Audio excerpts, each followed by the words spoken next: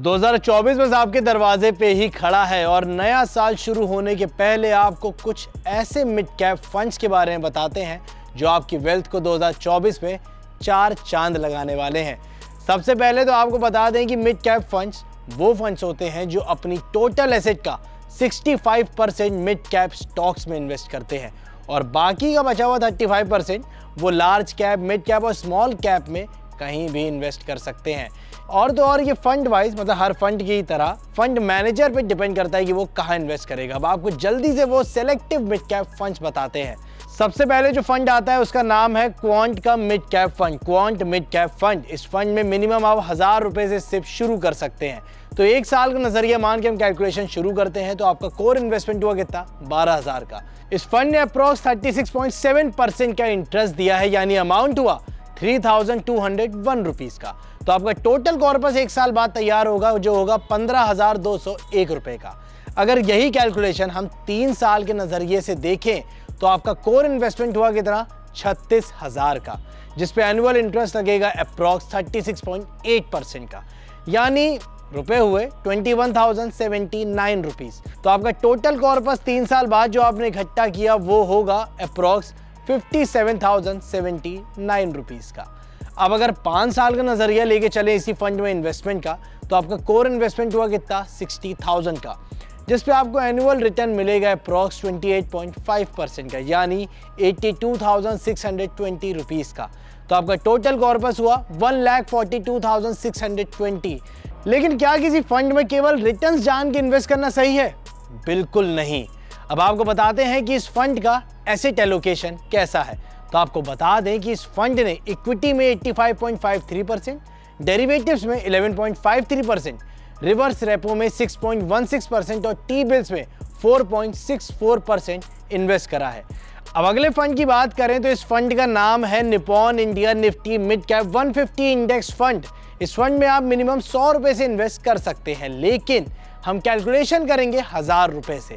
तो आपका core investment हुआ कितना, 12,000 का, जिसपे आपको रिटर्न मिलेगा अप्रोक्स 41.9% का, यानी 3,405 रुपीज का। तो आपका टोटल कॉर्पस मिलेगा आपको एक साल बाद जो कि होगा 15,405 रुपए का। अब इस फंड की एक खास बात यह है कि ये केवल एक साल के इन्वेस्टमेंट के लिए ही है।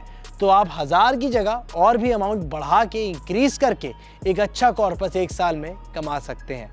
अब बात करें इसके एसेट एलोकेशन के बारे में तो आप जानकर हैरान हो जाएंगे कि इस फंड ने 99.99% इक्विटी में ही इन्वेस्ट करा हुआ है। ये काफी अच्छा इन्वेस्टमेंट हो सकता है 2024 के लिए आपका। तीसरे और आखिरी फंड का नाम है Motilal Oswal mid cap fund. इस मिड कैप फंड में आप 500 रुपए से सिर्फ इन्वेस्टमेंट शुरू कर सकते हैं, लेकिन कैलकुलेशन थोड़ा अच्छा हो इसलिए हम 1000 रुपए से ही कैलकुलेट करेंगे। तो एक साल में आपका इन्वेस्टमेंट हुआ कितना, 12,000 का, जिसमें आपको इंटरेस्ट मिलेगा अप्रॉक्स 43.4% का, यानी 3,365 का। तो आपका टोटल कॉर्पस हुआ 15,365 का। अब यही कैलकुलेशन अगर हम 3 साल के नज़रिए से देखें तो आपका इन्वेस्टमेंट हुआ कितना, 36,000 का, जिसपे आपको इंटरेस्ट मिलेगा अप्रॉक्स 38% का, यानी 22,825 का। तो आपका टोटल कॉर्पस हुआ 58,825।